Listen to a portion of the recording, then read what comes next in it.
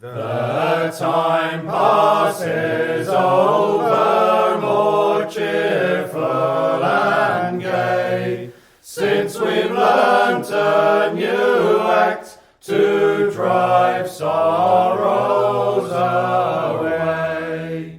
Sorrows away, sorrows away.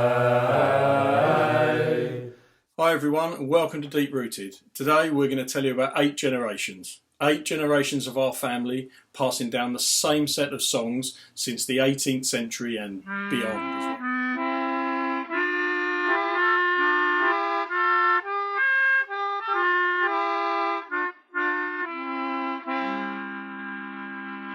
You seamen bold that plough the ocean, no dangers landsmen never knew. There are, including our kids' generation, as we said, there's 8 generations that roll back to the point where Brasser wrote down in the 1920s that he remembered his grandfather singing the song, and his grandfather being that first documented point that we know the family were singing some of these songs and passing them on. While thundering cannons loud lie do rattle, mark well what happened the other day. So generation 8 is our kids' generation. There's 10 of them in that generation across all the various bits of the family. We are the 7th consecutive generation. There's 6 in our generation. So your brother Mark, brothers Mark and Andy, my sister Lucy, brother Tom. Nothing on board, poor souls to cherish, nor could step one foot on freedom's shore. Poor fellows they were, almost starving, there was nothing left but skin and bone.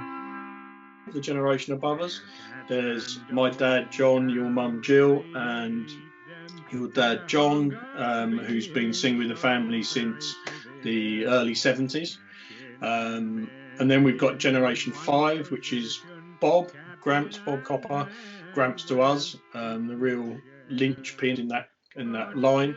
At last a stitch came on them, a stitch came on them, right speedy lie, captain and men stood in a totter, casting out lots to see who should die. His dad, Jim, who's generation 4, who was born in 1882, so right at the end of the 19th century, the last of that long line of farm workers with that real deep connection to the old ways of doing things. Well, generation 3 is Brasser, James Brasser Copper, born in the village in 1845 and lived through to the 1920s, and very much the big contributor to the set of songs as we know them today, and wrote many of those down in the 1920s, the first person to write them down in the family. Perhaps you might some sail discover, while I unto our dear Lord do pray.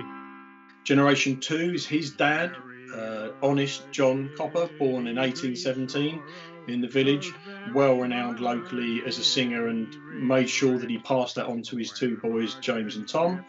And then there's John's dad, George, born in 1784 in the village, who's generation 1, the one that Brasser wrote about, saying he remembered his grandfather singing that song. Well, his grandfather on his father's side is George, born in 1784. We know for a fact that we've been singing at least that one song, but it's fair to infer more than just that one song for 8 consecutive generations, including our kids, and that's a stretch of 200 and something years in an unbroken tradition.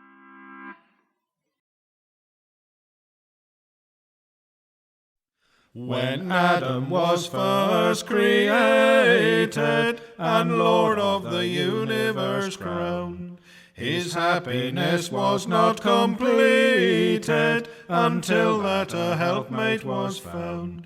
He had all things in food that were wanting to keep and support him in life. He'd horses and foxes for hunting, which some men love more than a wife. Now, what we also know is that going back beyond that, there's run of father to son of at least 4 Georges, more generations of Georges going back. Before that, another 3 generations, which I think are William, father to son, going back. And we really are stretching back then into the early part of the 17th century.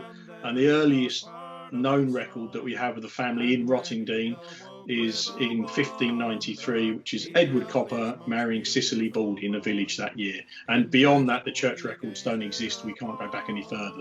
But it's amazing. There's 8 definite generations of song tradition and singing together, and that love and connection of this part of the world that we've had passed on to us.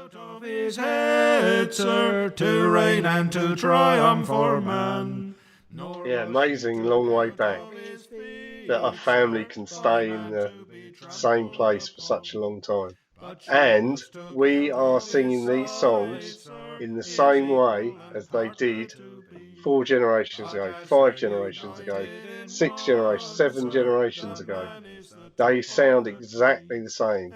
There's no instruments, there's nothing. There's just all those lovely notes that have come through from one person to another, and that's carried on all the way down, which is unbelievable, isn't it? Unbelievable. Man without woman's a beggar. Suppose the whole world he possessed, and the beggar that's got a good woman, with more than the world he is blessed.